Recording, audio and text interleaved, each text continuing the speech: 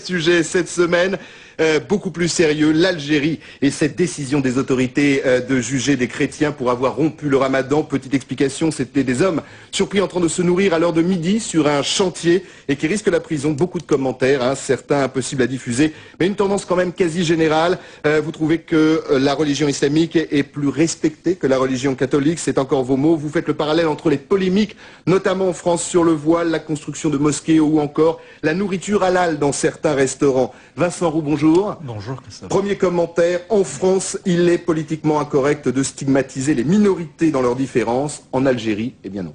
Alors Christophe, vous avez mentionné un procès, c'était mardi en Algérie.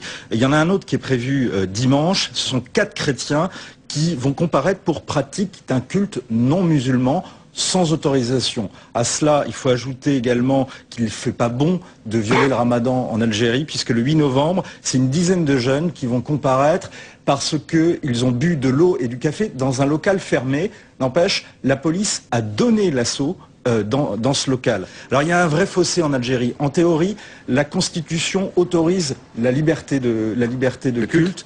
Pourtant, le procureur, lors du procès que vous avez mentionné, a dit à ces 2 Algériens, kabyles, chrétiens, vous quittez ce pays qui est une terre d'islam. Il faut quitter ce pays qui est une terre d'islam.